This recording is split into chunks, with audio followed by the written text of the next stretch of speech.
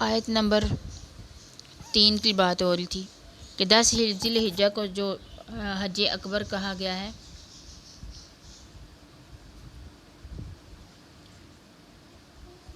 وہ 10 ذی الحج کو، یعنی جو بھی حج ہوتا ہے نا، جس دن بھی حج ہوتا ہے تو حج اکبر کہتے ہیں. جو عمرہ ہوتا ہے نا اس کو حج اصغر کہا جاتا ہے. اور عوام میں ایک بات مشہور ہو گئی ہے کہ جمعے والے دن جو حج ہوتا ہے وہ حج اکبر ہوتا ہے، حالانکہ یہ بالکل بے اصل بات ہے. الا الذین عاہدتم من المشرکین ثم لم ینقصوکم شیئا ولم یظاہروا علیکم احدا فأتموا الیہم عہدہم الی مدتہم ان اللہ یحب المتقین.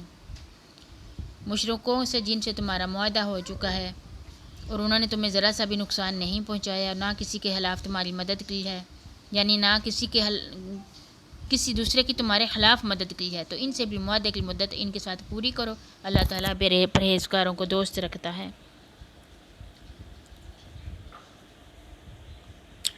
یہ مشرکین کے لیے ایک چوتھی قسم ہے جس سے ایک مدت تک کے لیے معاہدہ کیا گیا تھا کہ اتنی دیر تک رہنے کی تم کو اجازت ہے، کیونکہ انہوں نے معاہدے کی پاسداری کی اور انہوں نے اس کے خلاف کوئی حرکت نہیں کی، مسلمانوں کو تنگ بھی نہیں کیا، تو اس لیے مسلمانوں کو بھی کہا گیا کہ وہ بھی اپنے وعدے کو کمپلیٹ کریں، جیسے کہ ہم نے سورۃ الانفال میں پڑھا ہے. یعنی ان کے ساتھ پھر لڑائی نہ کریں. اگر انہوں نے آپ کو تنگ نہیں کیا، آپ کو نقصان نہیں پہنچایا، اور وہ اپنی ایک جو ان کا وعدہ تھا کہ وہ اتنی ٹائم کے اندر نکل جائیں گے یہاں سے، تو پھر ان کے ساتھ مسلمانوں کو بھی لڑائی نہیں کرنے کا حکم دیا گیا. فَإِذَا نَسْلَخَ الْأَشْهُرُ الْحُرُمُ فَاقْتُلُوا الْمُشْرِكِينَ حَيْثُ وَجَدتُّمُوهُمْ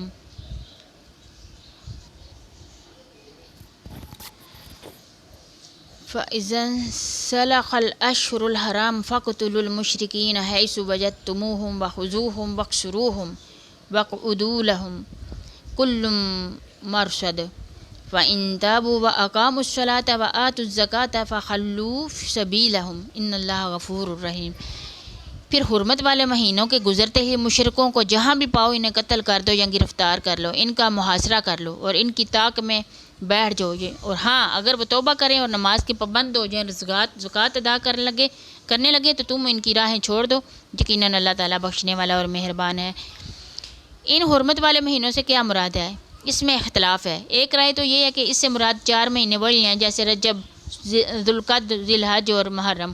اور اعلان برات 10 ذی الحج کو کیا گیا، اس اعتبار سے گویا اعلان کے بعد 50 دن کی انہیں مہلت دی گئی ہے، کیونکہ حرمت والے مہینوں کے گزرنے کے بعد مشرکین کو پکڑنے اور قتل کرنے کی اجازت ہے.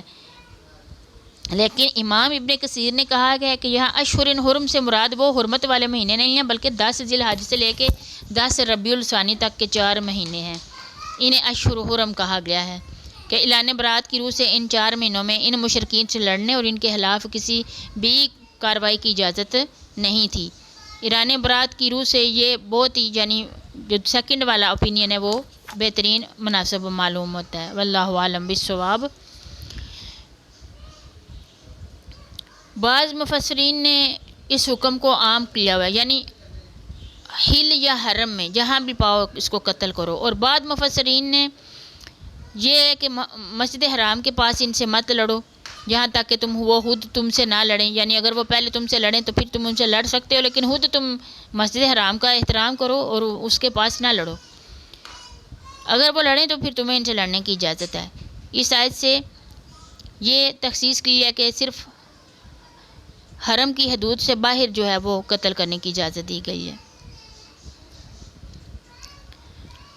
پھر اللہ تعالیٰ فرماتے ہیں پھر انہیں یا تو انہیں قیدی بنا لو یا ان سے لڑو یا قتل کر دو، یعنی کچھ بھی ان کے خلاف کارروائی کرو. جہاں بھی تمہیں یہ ملے نا تو تم ان کو اپنے یعنی گھیر لو، ان کی گھات میں رہو، ان کو گھیرے رکھو ہر وقت.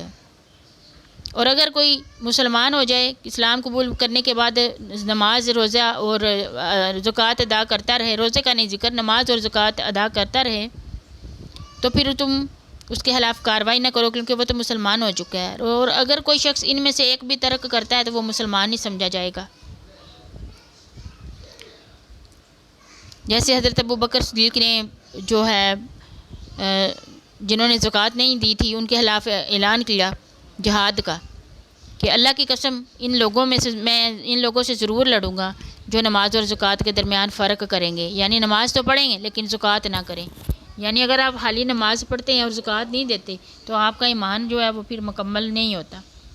زکوٰۃ ضروری ہے، جو اسلام میں جس چیز کا ذکر ہے وہ تمام چیزیں ہمارے لیے بہت ضروری ہیں، وہ کرنا ہمارے اوپر فرض ہے، تبھی جا کے ہمارا ایمان مکمل ہوتا ہے۔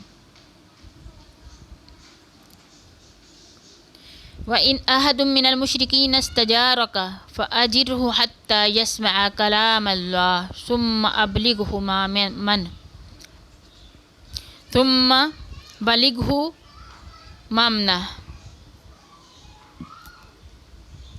مَأْمَنَهُ ذَلِكَ بِأَنَّهُمْ قَوْمٌ لَا يَعْلَمُونَ۔ اگر مشرکوں میں سے کوئی تجھ سے پناہ طلب کرے تو تو اسے پناہ دے دے یہاں تک کہ وہ کلام اللہ سن لے، پھر اسے اپنی جائے امن تک پہنچا دے، اس لیے کہ یہ لوگ بے علم ہیں۔ اس آیت میں کافروں کے بارے میں ایک رخصت دی گئی ہے کہ اگر کوئی کافر پناہ طلب کرتا ہے تم سے تو اسے پناہ دے دو، یعنی اسے اپنی حفظ اور امان میں رکھو تاکہ کوئی مسلمان اسے قتل نہ کر سکے اور تاکہ اسے اللہ کی باتیں سننے اور اسلام کو سمجھنے کا موقع ملے۔ ممکن ہے اس طرح سے وہ توبہ کر لے اور اسلام قبول کی، اس کو توفیق مل جائے توبہ کرنے کے بعد، لیکن اگر وہ کلام اللہ سننے کے باوجود مسلمان نہیں ہوتا تو اسے پھر اس کی جائے امن پہنچا دو۔ مطلب یہ ہے کہ اپنی امان کی پاسداری آخر تک کرنی ہے، جب تک وہ اپنے جو جگہ اس کی ہوتی ہے وہاں تک خیریت سے پہنچ نہیں جاتا، اس کی جان کی حفاظت تمہاری ذمہ داری ہے۔ کوئی اگر پناہ طلب کرے تو اس کو پناہ دینا اس کا حکم ہے کہ ٹھیک ہے آپ اس کو پناہ، شاید وہ اللہ کی آیتیں سن کے مسلمان ہو جائے، شاید اس کے دل پہ اثر کر جائے، پر توبہ کر لے اور اس کو پناہ دو اور اس کی جو بھی اس کی جگہ ہو وہاں تک خیر و عافیت سے پہنچاؤ، یعنی وعدے کی خلافی نہیں کرو، پناہ دینے کے بعد پھر اس کو مارو نہیں بھی اگر وہ ایمان لاتا تو اس کو اس کی جگہ پہ خیر و عافیت سے پہنچا دو۔